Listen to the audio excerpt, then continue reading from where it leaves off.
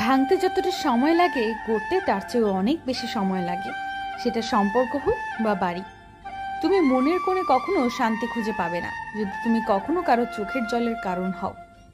সময় যদি সব ভুলিয়েই দিত, স্মৃতি কি তবে তৈরি হতো?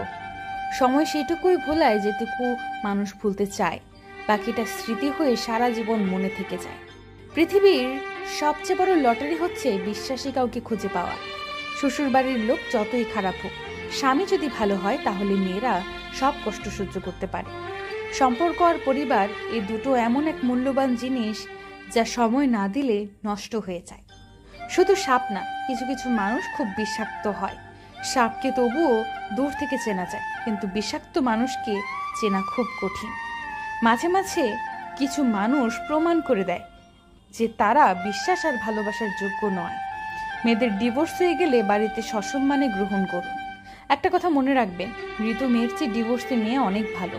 লোকে বলে মেয়েদের নিজের কোনো বাড়ি হয় না, সত্যি কথা হলো তাদের ছাড়া কোনো বাড়ি সম্পূর্ণ হয় না। বাবা মায়েরা হয়তো জানে না, সন্তানরা নিজেদের মৃত্যুর চেয়েও বাবা মার মৃত্যুকে বেশি ভয় পায়। আদর্শ স্ত্রী হলো সেই নারী যে স্বামীর আয়ের উপর নিজের চাহিদাকে সীমাবদ্ধ রাখে। মনের মতো পাওয়াটা হলো ভাগ্যের ব্যাপার, আর মনের মতো বানিয়ে নেওয়াটা হলো ভালোবাসা। অহংকার ও গর্ব একটি মানসিক রোগ, যেটাকে সময় আর পরিস্থিতি ঠিক করতে পারে। অপমানের উচিত শিক্ষা কখনোই অপমান নয়, এমন কিছু করে দেখাও যাতে সে নিজেই নিজের কাছে ছোট হয়ে যায়। কাউকে ভালোবাসা দিলে সেটা হয়তো ফেরত পাওয়া নাও যেতে পারে, তবে কাউকে কষ্ট দিলে সেটা ঠিক ফেরত পাবে, এটাই বিধির বিধান। স্ত্রী ভুল করলে তাকে সবার সামনে অপমানিত না করে পার্সোনালি বোঝান, শাসন করুন। কখনোই নিজের স্ত্রীকে অন্যের সামনে হাসির খোরাক করবেন না।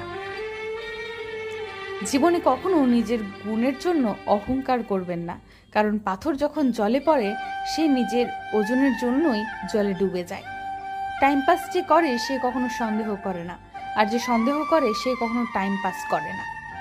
জীবনে যত মায়া কমাতে পারবে দেখতে ভালো থাকবে, কারণ যার